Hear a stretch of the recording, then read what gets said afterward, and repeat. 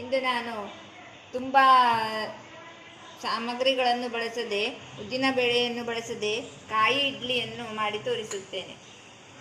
ಅದಕ್ಕೆ ಬೇಕಾಗುವ ಸಾಮಗ್ರಿಗಳು: 2 ಬಟ್ಟಲು ತೆಂಗಿನ ತುರಿ, 2 ಬಟ್ಟಲು ಅಕ್ಕಿ ಹಿಟ್ಟು, 2 ಸ್ಪೂನು 2 ಚಮಚ ಉಪ್ಪು. ಮಾಡುವ ವಿಧಾನವನ್ನು ತೋರಿಸುತ್ತೇನೆ.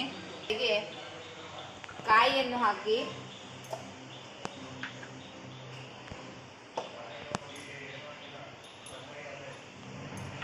ಉಪ್ಪನ್ನು ಹಾಕಿ ರುಬ್ಬಿಕೊಳ್ಳಬೇಕು. ನೋಡಿ, ಈ ಥರ ತರಿಯಾಗಿ ಕಾಯನ್ನು ರುಬ್ಬಿಕೊಳ್ಳಬೇಕು.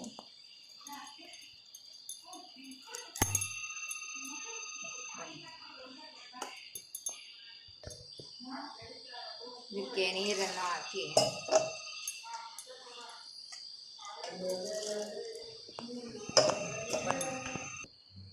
ಇದಕ್ಕೆ ರುಬ್ಬಿದ ಮಿಶ್ರಣಕ್ಕೆ ಅಕ್ಕಿ ಹಿಟ್ಟನ್ನು ಬಳಸುತ್ತಿದ್ದೇನೆ. 2 ಬಟ್ಟಲು ಅಕ್ಕಿ ಹಿಟ್ಟು,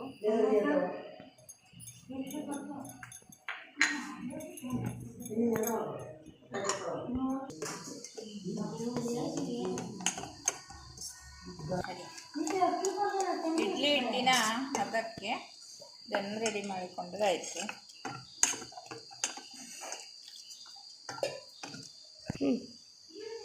ಎಲ್ಲ ಬಟ್ಟಲಿಗೂ ಕೊಬ್ಬರಿ ಎಣ್ಣೆಯನ್ನು ಹಾಕಿ ಎಣ್ಣೆಯನ್ನು ಬಳಸಿಕೊಂಡಿದ್ದೇನೆ. ತಲೆ ಮೇಲೆ ನೀರನ್ನು ಕಾಯಲು ಬಿಟ್ಟಿದ್ದೇನೆ. ಎಣ್ಣೆ ಒರೆಸಿದ ಇಡ್ಲಿ ಪಾತ್ರೆಯಲ್ಲಿ ಹಿಟ್ಟನ್ನು ಹಾಕಬೇಕು.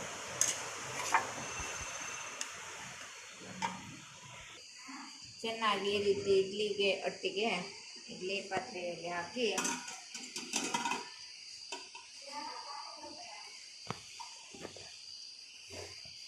ಒಂದು ನಿಮಿಷ ಬೇಯಿಸಿದರೆ ಬಿಸಿ ಬಿಸಿ ದಿಢೀರ್ ಕಾಯಿ ಇಡ್ಲಿ ರೆಡಿ.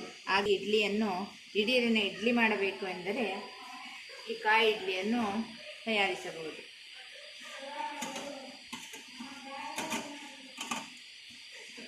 ನೆನೆಸದೆ, ಉದ್ದು ನೆನೆಸದೆ, ಏನೂ ಮಾಡದೆ ಅರ್ಜೆಂಟಾಗಿ ಮಾಡುವ ಇಡ್ಲಿ.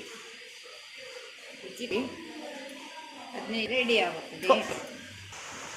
15 ನಿಮಿಷ ಬೇಯಿಸಿದರೆ ರುಚಿಕರವಾದ ಕಾಯಿ ಇಡ್ಲಿ, ದಿಢೀರ್ ಕಾಯಿ ಇಡ್ಲಿ ರೆಡಿ.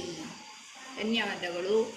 ನನ್ನ ವಿಡಿಯೋವನ್ನು ನೋಡಿ ಲೈಕ್ ಮಾಡಿ, ಶೇರ್ ಮಾಡಿ, ಸಬ್ಸ್ಕ್ರೈಬ್ ಮಾಡಿ.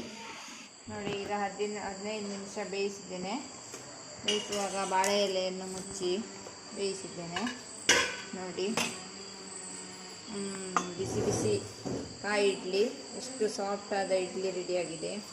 ಸವಿಯಲು ಸಿದ್ಧವಾಗಿದೆ. ಕಾಯಿ ಚಟ್ನಿಯೊಂದಿಗೆ ಸವಿಯಲು ತುಂಬ ಚೆನ್ನಾಗಿರುತ್ತದೆ. ಬೆಲ್ಲದೊಂದಿಗೂ ಚೆನ್ನಾಗಿ ರುಚಿಕರವಾಗಿರುತ್ತದೆ. ಧನ್ಯವಾದಗಳು. ಲೈಕ್ ಮಾಡಿ, ಶೇರ್ ಮಾಡಿ, ಸಬ್ಸ್ಕ್ರೈಬ್ ಮಾಡಿ. ಧನ್ಯವಾದಗಳು.